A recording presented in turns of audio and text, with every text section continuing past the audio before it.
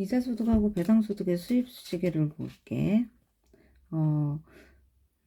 종합소득세, 소득세에서는 이 이자소득하고 배당소득을 금융소득이라고 하고 있는데, 우리는 법인은 이제 이자소득, 배당소득을 보면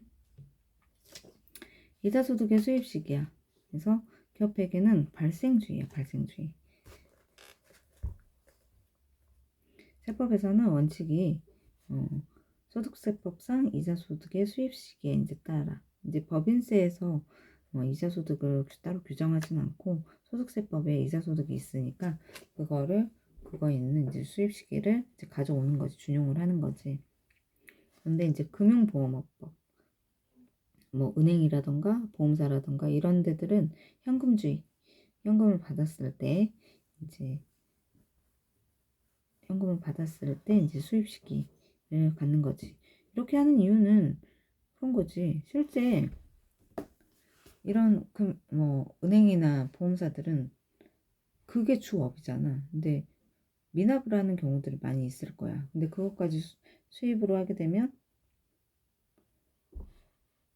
부담이 되겠지. 그런데 일반적인 회사에서는 이자나 뭐 배당이 그렇게 주업이 아니라서 그렇게 많지는 않을 거야. 그래서 발생주에 따라서 이제 수입 시기를 갖는다. 그런데 특례가 있어. 세법에서는 이미 경과한 기간에 대응하는 이자, 미수이자 이거를 계상하면 인정을 해주는데 원천징수 대상은 미수이자를 계상을 해도 인정을 안 해줘. 수입이자, 지급이자, 할인료 이것도 똑같은데 특례에 있어서는 이미 경과한 기간에 대응하는 이자, 미지급 이자는 계상하면 인정을 해주고 원천징수 대상도 포함을 해주고 있어. 그래서 소득세법상 이자소득의 수입 시기를 보게 되면 예금의 이자는 실제 수령일, 채권의 이자는 약정에 의한 이자 지급일, 비영업대금의 이익은 약정에 의한 이자 지급일. 단 약정이 없거나 약정에 의한 이자 지급일 전에 이자를 지급받는 경우에는 그 이자 지급일. 거의 이제 받았을 때인 거지. 수입 시기가. 그래서 기업회계에서는 발생주의, 수익비용 대응과 이제 발생주의에 따라서 이제 매기 처리를 하고 있는데 세법에서는 수입 시기가 이제 실제 현금을 받았을 때인 거야. 그런데 특례적으로 실제 수입을 받지 않았더라도 이미 경과한 기간에 대응하는 이자, 수익비용 대응 때문에 뭐 예를 들어서 은행을 생각해 보자. 우리 어쨌든 보통 예금 하나씩은 가지고 있으니까 이자 지급일이 있어. 보통 3개월에 한 번씩 지급을 해주는데 우리은행 같은 경우는 한 9월 15일 정도? 9월 15일에서 9월 20일 사이에 3분기 거 주고 그다음에 12월 달에도 또 주고 12월 그때쯤 주고 그랬을 때 12월 20일까지 이자를 받았어. 그러면 12월 21일부터 12월 31일까지 열흘이 있잖아. 근데 그것도 이제 기간이 경과되는 거지. 실제 결산을 할 때는. 했을 때 이거에 대한 이자를 이자 소득으로, 이자 수익으로 회계 처리를 했어. 그러면 그거는 인정을 해주겠다는 거야. 근데 원천징수 대상 미수이자는 계상을 해도 인정이 안 된다라는 거는 은행들은 원천징수를 하고 있거든. 15.4% 원천징수를 하고 있어. 그래서 이 경우에는 미수 수익으로 이자 수익으로 인정을 해도 이거는 이제 입금불산입이 되는 거지. 입금불산입.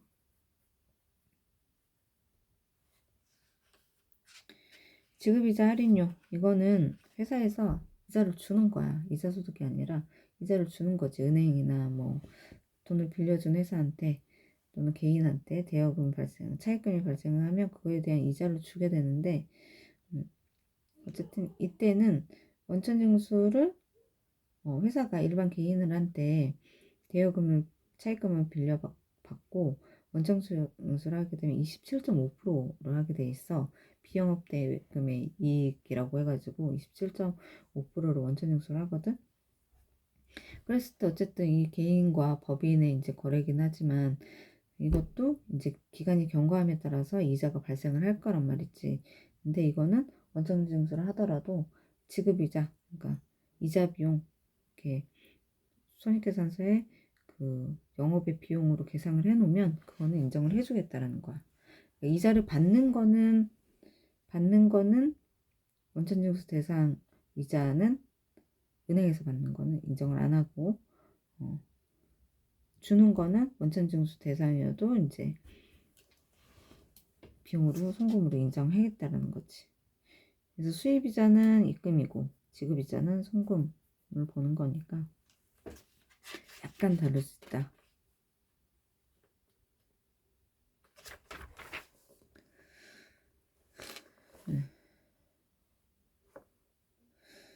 법인세법상 수입이자 지급이자 기속시 문제의 접근 방법인데 기속 시기가 도래했는지, 그리고 법인세법상 원천징수 대상인가, 기속 시기가 도래했는가 했을 때 아니요 했으면 법인세법상 원천징수 대상인가에 따라서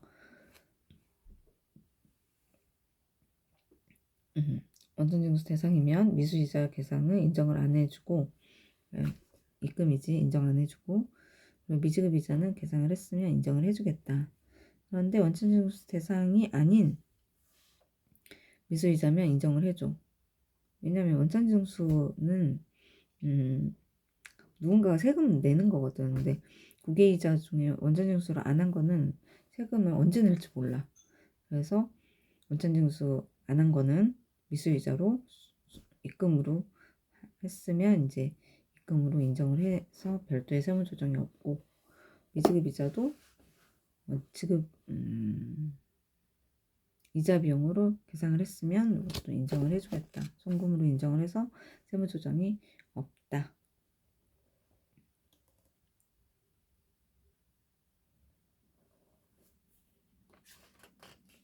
배당소득의 수입시기는 소득세법상 배당소득의 수입시기가 속하는 사업연도의 배당으로 한다.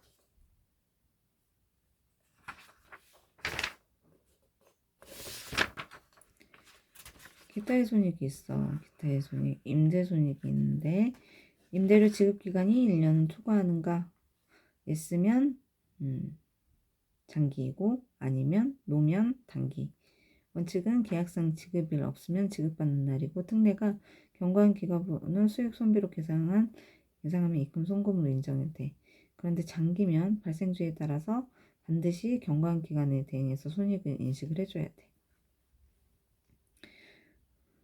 우리 이제 임대료를 보통 한 달에 한 번씩 보통 받는데 일시에 받는 경우도 있어. 처음에 계약할 때 한꺼번에 받는 경우도 있고, 그랬을 때 이제 일시에 지급받기로 했으면 장기 임대료 2년 동안 계약을, 예를 들어서 2년 계약을 했는데 임대기간 초 또는 말에 일시에 지급받기로 했으면 장기 임대료에 해당이 되는 거고, 매월 또는 1년마다 임대료 지급받기로 했으면 이거는 단기 임대료에 해당이 된다. 그런데 이제 부가지세랑 소득세법에서는 선세금에 대해서 월할 안분이 있어. 월할 안분을 하는 건데 법인세법에서는 안분 규정이 없기 때문에 장기이냐 단기이냐를 임대기간이 1년이 넘어가느냐 아니냐 이걸로 이제 계산을 해야 된다라는 거야.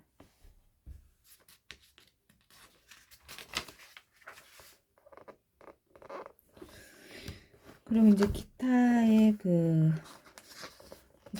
수입 시기를 이제 볼 건데, 손익 기속 시기를 볼 건데, 사채 할인 발행 차금은 기업 회계 기준에 따른 상각법원법, 유효이자율법 쓰거든. 그거에 따라서 송금에 산입하고 있어. 강제 상각이야.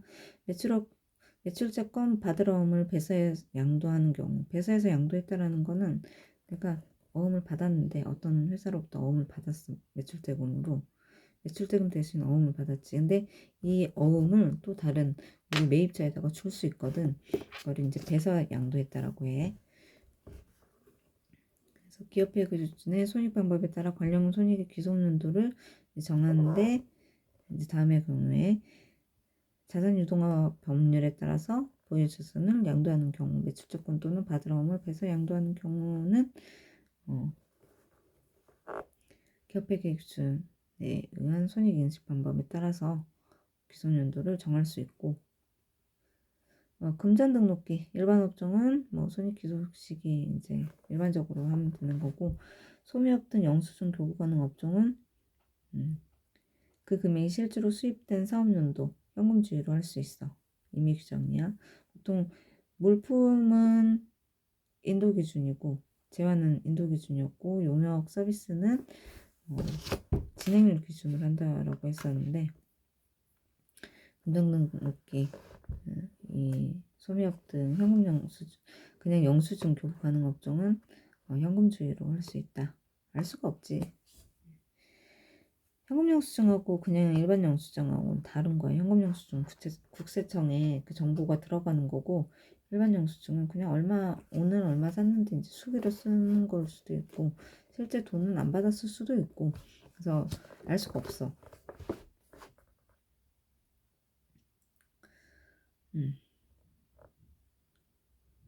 금융보험법 영위법인이 수입하는 보험료, 부금, 보증료, 수수료, 이거는 이제 보험료 등이 실제로 수입된 날 수입 시기 보고, 선수입 보험료는 이제 제외하고, 어쨌든 이건 현금주의야. 결산 확정 시에 이미 경과기간 대응한 보험료 등은 수익 계산하면 계산한 사업연도 입금으로 이제 한다.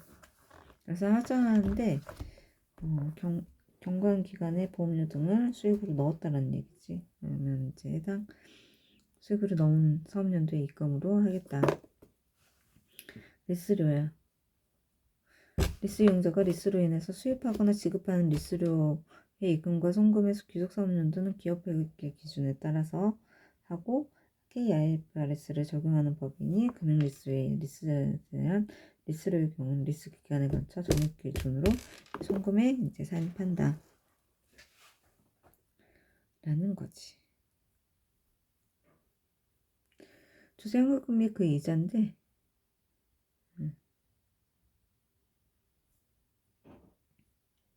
취소 결정이 확정된 날, 통지를 요하는 경우 통지를 받은 날, 그때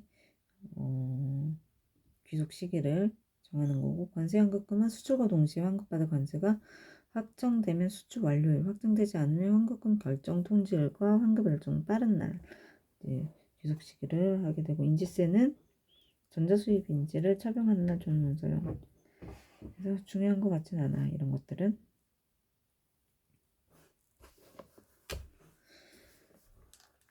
전환사채 및 신주의 인수권 부사채에 대한 세무조정인데, 전환사채하고 신주의 인수권 부사채를 발행하면서 기업회계 기준에 따라서 전환권 조정, 신주 인수권 조정, 사채 상환 할증금 계산한 경우에는 세법에서는 이걸 인정을 안 해줘.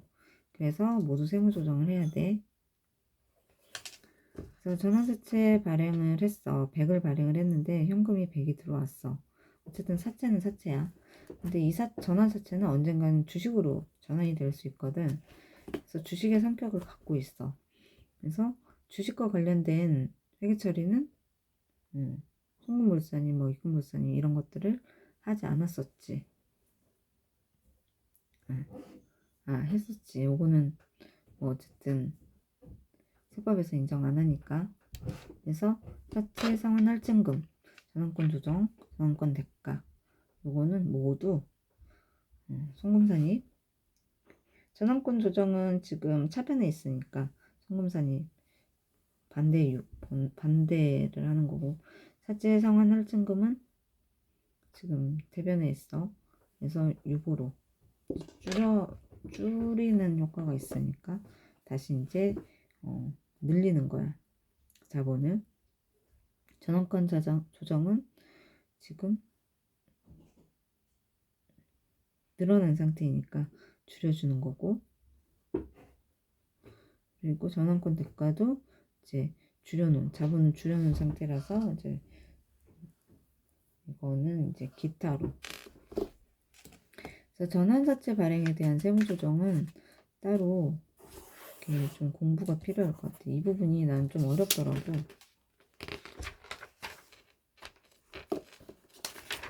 내가 잘 모르는 거는 전환사채 발행에 대한 세무조정이 조금 어려워. 이해가 안 되는 부분이 있어. 우선 전환권 조정, 사채 상환 할증금, 전환권 대가에 대한 재무회계에서 계산하는 방법이 있는데 그게 먼저 이해가 된 다음에 세무조정, 그게 완전히 이해가 되면 세무조정도 왜 이렇게 나오는지를 이해를 할 수 있을 것 같아. 왜냐면 지금 보면 전환권 조정하고 사채 상환 할증금은 유보로 처리가 됐단 말이야. 근데 전환권 대가는 입금산이 되면서 기타로 처분이 됐어.